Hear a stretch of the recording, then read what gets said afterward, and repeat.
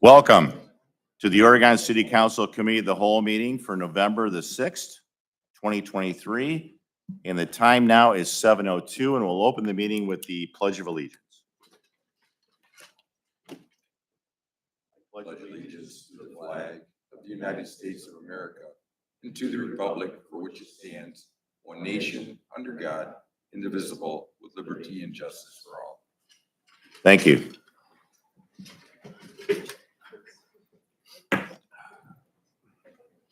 I will remind everybody this is Committee of the Whole meeting, and council members are not required to be here on this evening. We will begin the meeting with item 139, 2023, which is presented by Mayor Michael Safarian and Police Chief Brandon Began, and I will defer to Chief Began. Thank you, Mr. President and Mayor. This ordinance is for the normal vehicle maintenance. We put bids out and received bids back from two companies. One was AAA Tire and Auto Services over at Navarre. The other one was Bauman Auto. And Bauman Auto had, when they put their bid back in, they just put the cost of parts plus 30%. They didn't give us an actual price of what each thing would be because it fluctuates through Ford. AAA did, and they gave us a price for everything for the year. So this would be for the 2024 year with an optional one-year extension to 2025. Thank you, Chief. While I have you here, why don't you go ahead and speak on item 140 also? Okay, and the same thing with this. It was put out to bid. We received two back, one from AAA and one from Bauman Auto. For AAA, they did not bid out the correct tires that the manufacturer recommends for these vehicles. So we, through Bauman, they gave us a price for installation, but Capital Tires, who we purchase the tires directly through on state contract, and then Bauman will install them. So we can get the correct tires and to have all the tire work done at Bauman Auto. With AAA not being able to get the tires that the manufacturer recommends, we believe Bauman Auto would be the best group to go with. Thank you, Chief. Yeah, I was kind of curious when I saw that one person was going to do maintenance on the cars and one person was going to do tires. I don't recall us ever doing that before. But I understand why that happened after your explanation on item 139. Thank you, Chief. Yep, and if I could add just one more thing. Go ahead, Chief. So this year, because of the fluctuation in prices, Bauman had reached out for the 2023 year, and we switched over to buying directly from Capital earlier this year off the state contract pricing because it's saving us money doing it that way. Thanks, Chief. Council, any questions or comments on item 139 or 140? Mr. President. Mr. Wallensack. Thank you, Mr. President. Chief Began, I know that a few years back, we did have AAA Tire and Auto was our service provider for that contract. We had some contractual issues with them on billing. Are they aware of exactly what we need to do now? I think there was some misinterpretation of what they thought we were supposed to be invoiced for, and that's all worked out at this point in time with this contract? Correct. We have spoken with them on multiple occasions. After the last contract, when we had issues with them, we spoke with them again, and they said that they would be able to provide the Ford parts that we need. And they're also will be within our timeline as to when we need them done because we have so many vehicles. Certainly. They can't have the car for a couple days. And they said that they will be able to do that. Perfect. Thank you very much. Thank you, you, Mr. President. Wallensack. Mr. President. Council, any other questions or comments on either of these items? Hearing none, I will seek a motion to send, to assign item 139 to next week's regular meeting agenda. Mr. President. And 140. Mr. President. Mr. Wallensack. Thank you, Mr. President. Mr. President, I move to add items 139 and 140 of 2023 to next week's regular meeting agenda. Thank you, Mr. Wallensack. Second by Mr. Davish. Thank you, Mr. Davish. Council, are there any objections? Hearing none. Items 139 and 140, 2023 will be added to next week's regular meeting agenda. Next item, 141, presented by Mayor Michael Safarian and Finance Director Nick Roman. Item 141, and I will defer to Mr. Roman on item 141. Thank you, Mr. President. This is now the annual ordinance needed to authorize purchase orders to Lucas County Regional Council of Government for 911 support services for the year of 2024. The amount went up to $860,246.93 for 2024, which is a 2.7% increase. If there's any Is questions? it 2.7% increase? Correct. Council, any questions or comments for Mr. Roman on item 141, 2023? Mr. President, Mr. Reeves?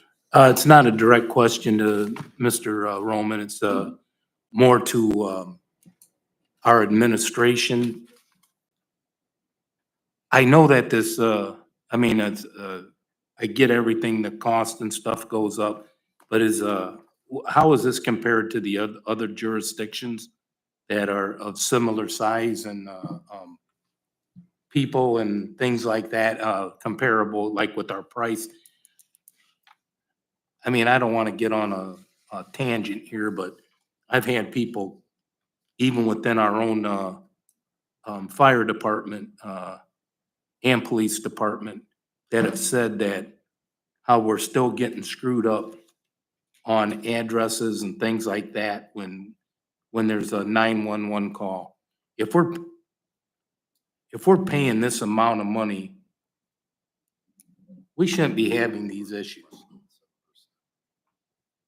I don't know how else to explain it, but I mean, you know, we're in, I'm not exactly sure what year it is now, the second year of doing this with them. It might even be the third. We shouldn't be having any issues whatsoever, that when a phone call comes from 911 and it's Oregon, that it's gotta come to us, not go someplace else and then, oh, there's a screw up and then a minute or two later, it's going someplace else. I mean, I don't know how we touch base with or who we touch base with or who can do that. But I'd like to know what if other jurisdictions are having the same issue that we are with calls that are not being sent to the proper address. And like I said, a similar size Lucas County city or village or whatever, how much theirs has gone up. Because from what I see here, and no disrespect to anybody, it's just showing what we're paying, not what the other jurisdiction. And if we could get that by the next meeting, it'd be greatly appreciated. So I'll stop and listen to your response. Thank you. Thank you, Mr. Reeves. Mr. Reeves, I think somewhat, and the chief can probably answer this for me even better. Yeah, Mr. This is President. kind of, our billing is kind of, actually what involved is our call volume. That's involved in our billing, not necessarily the size of our city. Mr. Roman, what did you say? What was the figure that we're paying him this next year? So our figure is 860,000. 860,000? So overall, the budget for the COG went up 2.9%. Right. Ours only went up 2.7% due to the proportional shares. So it is Okay. strictly based on how many calls you have in the last 4 years. Okay. So, you know, as I recall, when we went back and we were vehemently opposed to this happening, I think at the time, our dispatch center was probably costing us 1.1, 1.2 million a year. Correct. But that was 3 years ago or more, so you know that went up. That would have gone up too. So I understand that. So the savings that they had kind of told us that we would get are kind of close to what it was. I think they initially told us that we would save like $500,000 a year. Do you recall, Mr. Wallenczak? It was It was something something like to that. maybe between 500,000 and 600,000. Yes, and we're kind of still in that realm. Yeah, We're kind of still in that realm. If you think about what our dispatch would have cost us. Now, saying I still think the service that we had was much better and I would pay for it every day of the week. But I think it sounds to me though, from conversations I've had with the chiefs and other people that work for the police department, that they've kind of worked out an awful lot of the bugs along the way. It seems to be working pretty well. Mr. Roman, do you have Yeah. something? Just from what I've heard, they had a lot of issues with getting workers and retention. And it sounds like they have reached a point where they're kind of keeping their numbers up. They're still short, but people are getting more comfortable in their positions. And the more they work it, the more they're going to learn the different cities. Not to defend them, but I do think they are getting better and will continue to get better. Right. But I think something people need to understand though, too, on this, because we're kind of talking about this a little bit on this consolidation. The writing was on the wall. The state of Ohio was going to dictate this regardless. It was going to happen. We didn't have as much say as we thought we did, but I understand the price increase. Thank you, Mr. Rowe. Mr. President, Mr. Reeves. it sort of answers my question, but like, I don't want to open up a can of worms here, but Go ahead. to me, one call that is screwed up is one too many. You're correct. I agree. I mean, we I agree. should, and it's nothing against our police and fire because they're being told where they're supposed to go and our rescue, and it's not at the right address, even if it's one. I just, I don't I'm think. still, I know we all voted against it and we're against it, but I'm still against it. Mr. Reeves, I don't think anybody here disagrees with what you're saying. They don't. I understand what you're saying. I understand that, correct. but I would like, if we could, by our next meeting, and Mr. Roman, I don't mean to put more work on you, but I'd like to know what the other jurisdictions are paying. Yeah, it'll just be us requesting it. I would think they would have it at this point. I have last year's if you would want to look at that, but I will request. If you this could year's. get that for us, I would greatly appreciate it. So Absolutely. we can compare from last year to this year. Absolutely. Thank you so much. Thank you, Mr. Reeves. Thank you, Mr. Roman. Just to reiterate once again, Mr. Reeves, it is kind of based on call volume too. You understand that, right? I do understand. Okay. And Mr. President, I can add something with that. Chief Biggin. So when all this, we made the transition over to the consolidated dispatch, we did go through all of our calls of service and the way that we code things. So we've been trying to get the number of calls for service down for things like that an officer maybe didn't respond to, but they put themselves out of service for different reasons. So we have been slowly bringing the call volume down just by making some of those adjustments to keep it within our, within the budget for that. Whenever there has been an issue, at least on the police side, we reach out to the COG if there's an issue and they deal with it directly and quickly, and give us clarification if it's something on our end, or they'll correct the issue if it's on their end. So they're very open to making any corrections that they need to. And I'm not aware of any major, address issues or anything like that where they're being sent to the wrong address recently at all. Thank you, Chief. Thank you. Council, any questions or comments regarding item 141? Mr. President, Ms. Horniak.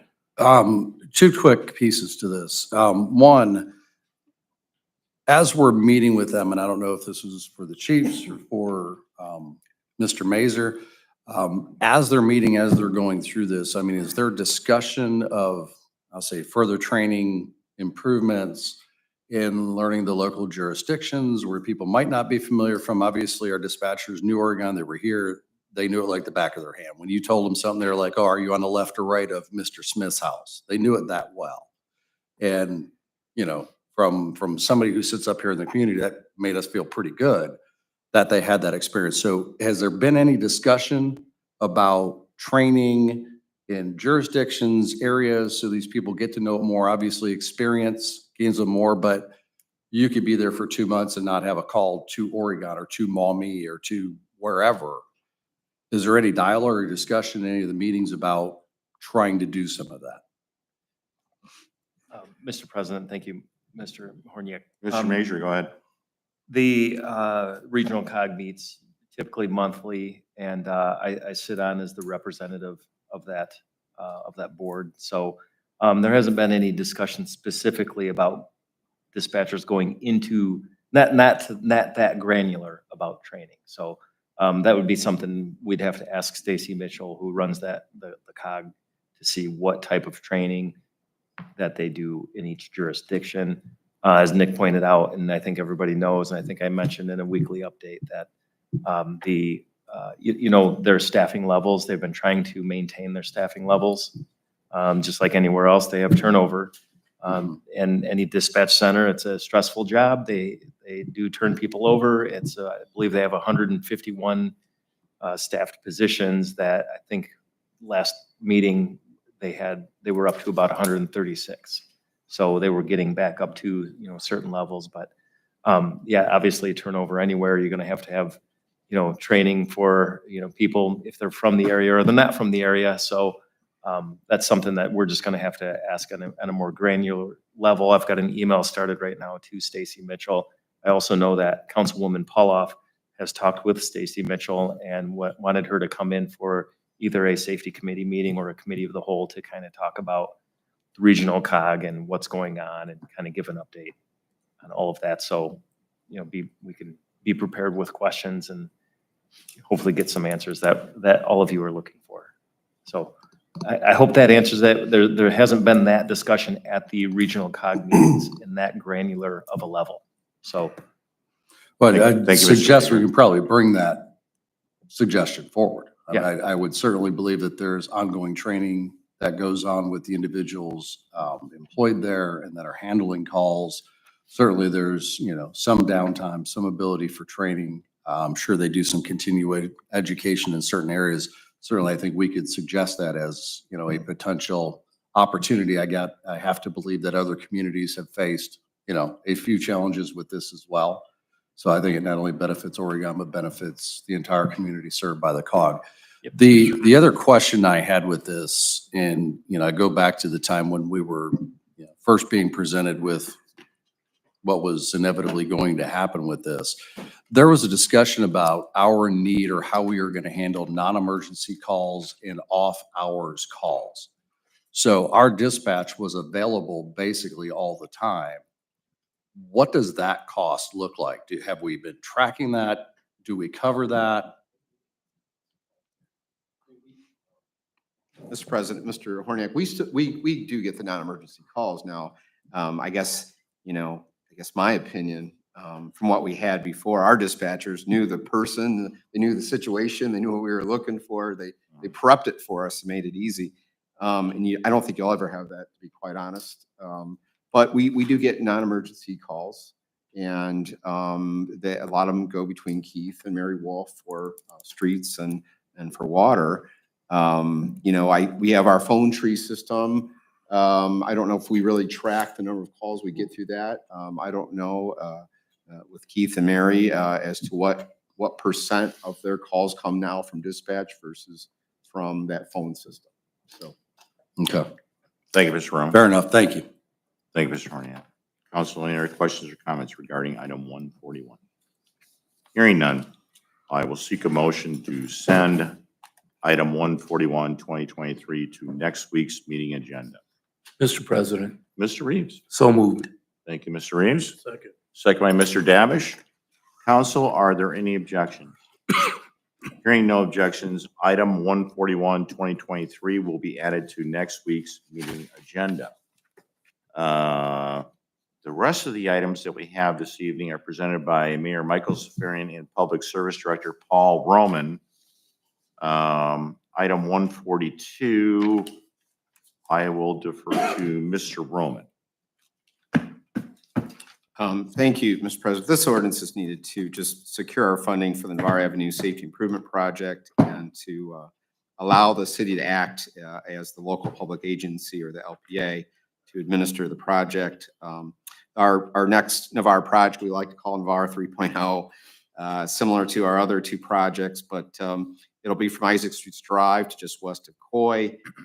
Project includes a median similar to the other projects, new traffic lights at Harbor Drive and Kroger's, and relocating the traffic light at Big Lots and Ralphie's to the Kingston Court Drive. There is a map included in Exhibit A that basically shows the basic layout.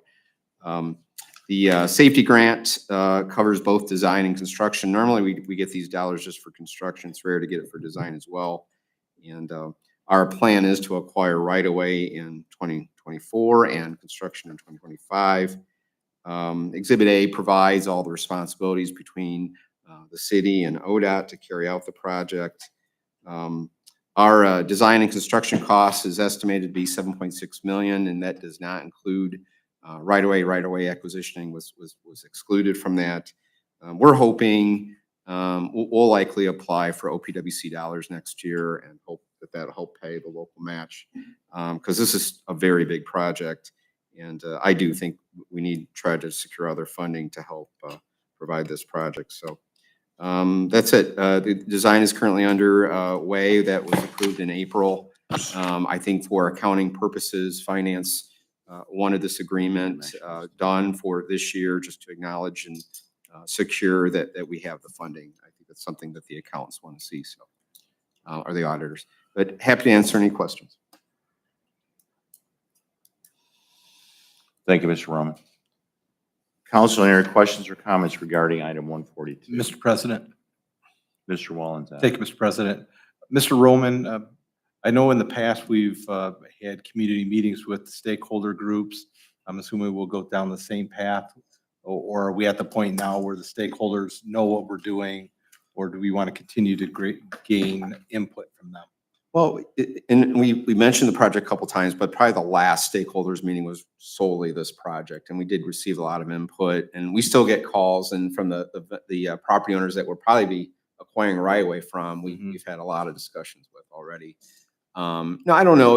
We're always happy to do a stakeholders meeting, and I think we probably should do that when we're closer to that final design and closer to the end product.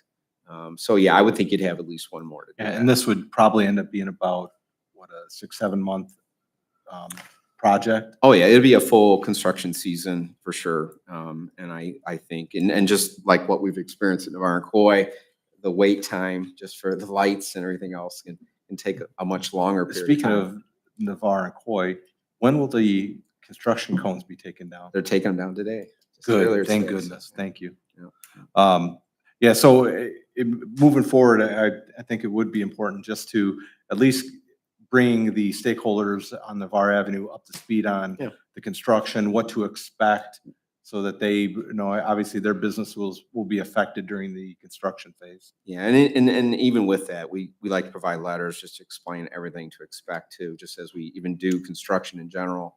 Who the bidder is and, you know, everything else that we're doing. So they know who to expect. Thank you, I appreciate that. Thank you.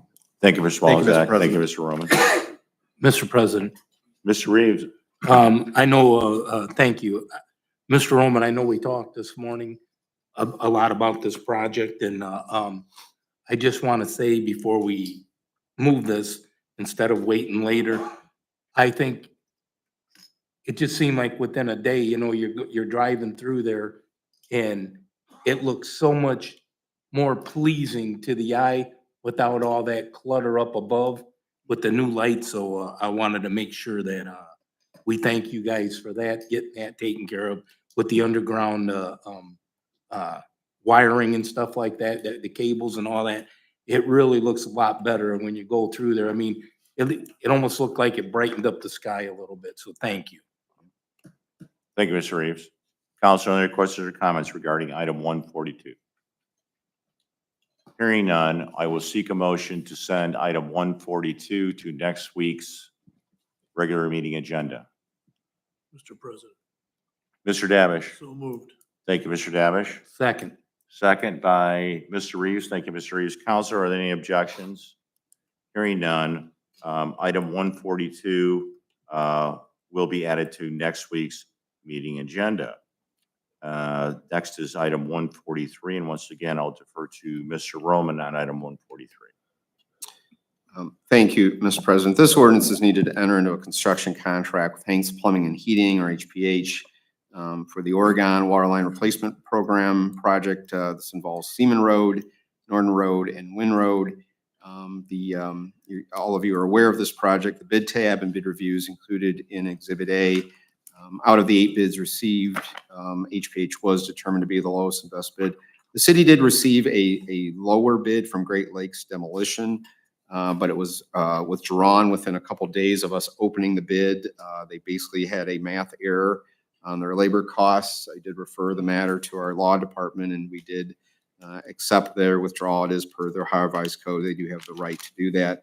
But HPH is an excellent company. They've done several projects for us. I think the bulk of this project will be bored, which there's less disruption with that. So it's almost the preferred method these days. So the city did receive funding for this project. We do have a $450,000 grant from OPWC and a $450,000 0% loan from OPWC. And we also secured our loan for this project.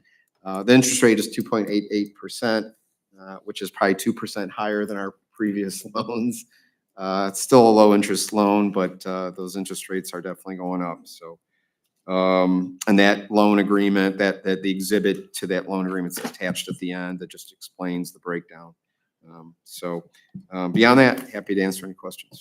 Thank you, Mr. Roman. Council, any questions or comments regarding 143? Hearing none, I will seek a motion to send item 143 to next week's regular meeting agenda. Mr. President, Mr. Davish. so moved. Thank you, Mr. Davish. Second. Second by Mr. Reeves. Thank you, Mr. Reeves. Council, are there any objections? Hearing none, item 143, 2023 will be added to next week's regular meeting agenda. Item 144, once again, I will defer to Mr. Roman. Thank you, Mr. President. This ordinance is needed to enter into a construction contract with Geo Grotto Company for the Ember Drive reconstruction project. If council recalls, we received only one bid for this project in April, and the cost was over our estimate. Therefore, we decided to postpone this bid till or rebid it in October, and we did receive 4 bids, and Geo Grotto was the lowest and best bid. And their bid ended up being $80,000 less than that one sole bid that we received in April. So we did get lower costs with the fall bid. And but this work will take place next year in the summer. So, and it's a full reconstruction of Ember Drive. Thank you, Mr. Roman. Council, any questions or comments regarding item 144? Hearing none, I will seek a motion to send item 144 to next week's regular meeting agenda. Mr. President, Mr. Davish. so moved. Thank you, Mr. Davish. Second. Second by Mr. Reeves. Thank you, Mr. Reeves. Council, any objections? Hearing none, item 144, 2023 will be added to next week's regular meeting agenda. Next item 145. I will once again defer to Mr. Roman. Thank you, Mr. President. This ordinance is needed to purchase a new boring machine for the water distribution department. This purchase was actually cut from the 2023 CIP budget simply due to funding and where we were drawing the line on cutting. However, in planning out the 2024 CIP budget, we realized there's a 9-month lead time on this, and the cost goes up by 4% every 3 months. And so the more we talked in our budget meetings, preparing our budget, we thought, well, what if you could still purchase it this year? We do have funding available. We were under on some accounts, and we think the wish is to purchase it this year instead of waiting several more months and only having that cost go up on us. The old boring machine is 26 years old now. It is limited on its abilities. Boring is the way to go now. The beauty to this machine is it can bore up to a 6-inch, even though Mary doesn't want to talk about that and go into a larger line. She just wants to simply learn the 2-inch taps and smaller. But It does have the ability to go to a bigger line, and I'd like to use that for bigger lines someday. So, for what it's worth, I think it's something that's needed. It would have been in this year's budget. We cut it, simply because we had a lot of other costs it was competing with. But like I said, it would be in the 24 budget. Otherwise, we're just asking to purchase it now just to get a lead and save some money. That's it. Thank you, Mr. Roman. 26 years, that's how old our other one is? Yeah. Is that an unusually long, or is that what it should be, or do Most- we expect it out of this new one? Yeah, I would like to get the same number of years, and we'll keep the old machine. I think it's good to have the ability to have two crews going at the same time. I know they're doing the lead services now, and we've actually have maintenance workers from the water plant helping distribution do these lead services, and I think that's the way to go. Combining two departments and having two crews work at the same time. But that is the plan, to keep the old one. I don't know if she'll ever sell that one, but we know we need a new machine that can go a lot further, and it is more accurate as you're guiding it. They do worry about the different soils that you're going through and having it go astray on them, so. I understand. Thank you. Thank you, Mr. Roman. Council, any questions or comments on item 145? Mr. President. Oh, go Go ahead. ahead, Mr. Reeves. No, Mr. Walmsley, you can go. Mr. Walczak, go ahead. Thank you, Mr. President. Mr. Roman, how often is this used? And, do we do more residential, commercial? Where are we using this? Yeah, we use these for all long services. Long services when you have to cross the road. We no longer open cut a road. So every long service, we have to go across the road to use the boring machine. So then it covers all accounts. As for the number, I'd probably have to go to Mary for that, but And this would be, say you're building a house on Wynn Road and water lines on the opposite side of the road. correct. That's correct. The resident is paying for that Yep, tap. yep, that's correct. That's So a correct. lot of this money is. But even in the newer subdivision, it doesn't matter where it's at. If it's across the road, then they're gonna bore it. Thank you. Thank you, Mr. Walczak. Mr. Reeves, did you have something? I did, but that was my question. Thank you, Mr. Reeves. Thank you. Council, any questions or comments on item 145? Hearing none, I will seek a motion to send item 145, 2023 to next week's regular meeting agenda. Mr. President, Mr. so Davish. moved. Thank you, Mr. Davish. Second. Second by Mr. Walczak. Thank you, Mr. Walczak. Council, any objections? Hearing none, item 145, 2023 will be added to next week's regular meeting agenda. The next items we have are item 146 and 147. They're vehicle purchase items. So, Mr. Roman, you want to speak to both of those at the same time? Yep, that was gonna be my request. So yeah, Mr. President, these are vehicles that were approved for purchase in the 2023 CIP budget. One is for the Public Service Department, the other is for the water treatment plant. We received 6 quotes for 3 different options. The idea was we were originally comparing the Ford Escape to an Equinox and trying to get multiple quotes. We did get quotes from Tri Motors, Ballman Ford Oregon, Ballman Auto Group, and Dunn Chevy. And I do know that with Doug's shop, when they were looking at the Equinoxes, they felt they needed a bigger car. They will share their vehicle with their chemist as well, who does a lot of the water testing, very similar tools that Mary Wolf would have in her car. And they do sometimes will use certainly the vehicle to go to either conferences or where else where they move more people. So they asked for the Traverse, and that's why we had the 3 different options. I was really comparing the Escape prices in the fear that during the strike that we weren't going to get any quotes, and we were having a difficult time. I basically borrowed police department's way of getting quotes and hand delivered these quotes. And so they're in Exhibit A, but for the Ford Escape, the Ballman Auto Group had the lowest, Ballman Ford Oregon had the lowest quote. And for the Traverse, Dunn's quote was a little higher, but Ballman Auto Group said that they could only guarantee their price to November 9th. And Dunn said they can guarantee it to November 15th. So, and there was, I think, $400, $500 difference. And with that, knowing that where we're at with the way we approve legislation, we weren't gonna make that for the Ballman Auto Group. So I'm recommending Dunn's, a purchase from Dunn's for the Traverse, and a purchase of the Ford Escape from Ballman Ford. So that's for item 146. Thank you, Mr. Roman. Council, do you have any questions or comments regarding item 146 or 147?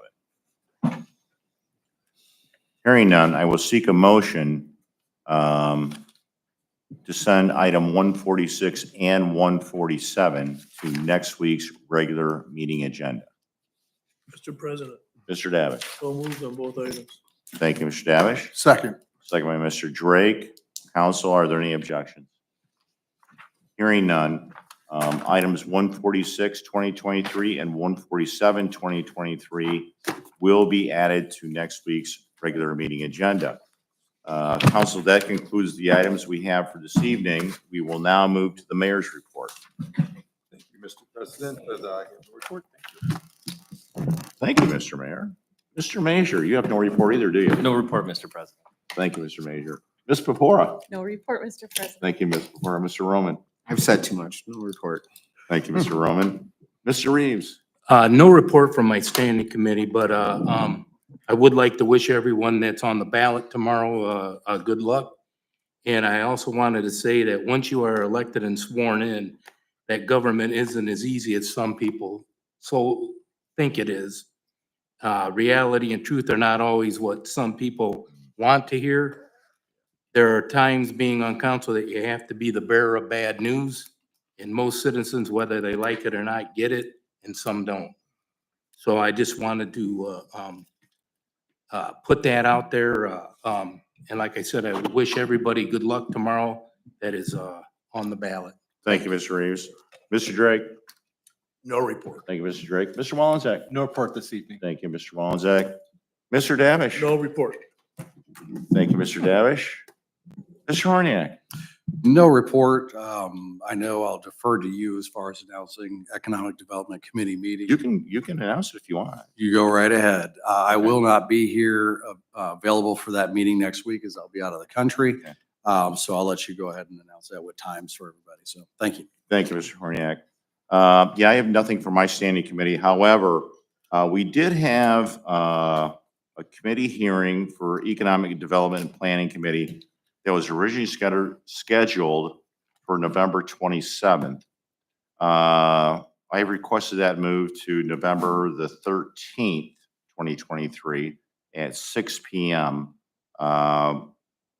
The reasonings are still the same as they were before. Since we're going to begin budget hearings on November the 27th, I thought this was going to be too much to put all in one day. So we're moving it to November 13th. I do have one little quick thing to say. You go ahead, Mayor. You all may have noticed all the action that's going on at the old fire station for the Buffalo Rocks. There are many construction vehicles there doing pavement work, and they're full into it. And they expect, they told us a few days ago, sometime in February, they expect hopefully have doors open. Thank you, Mayor. March Madness. March. That concludes my report, other than I do wish good luck to all of our incumbents running for re-election tomorrow. Thank you very much. I wish you good luck. Mr. President, I do have, I will not be here next week. I don't think Mr. Horniak will be here either. I will be out of town as well. So, you have to be here. Since Mr. Horniak isn't going to be here, you're going to have to change. we'll have to do it by Zoom then, Thank but you, I will be gone next week. Thank you, Mr. Reeves. And that ends my report. And with that, I will seek a motion to adjourn. So moved, Mr. Thank you, President. Mr. Reeves. Second. Second by Mr. Davish. Hearing no objections. Are there any objections? This meeting is adjourned.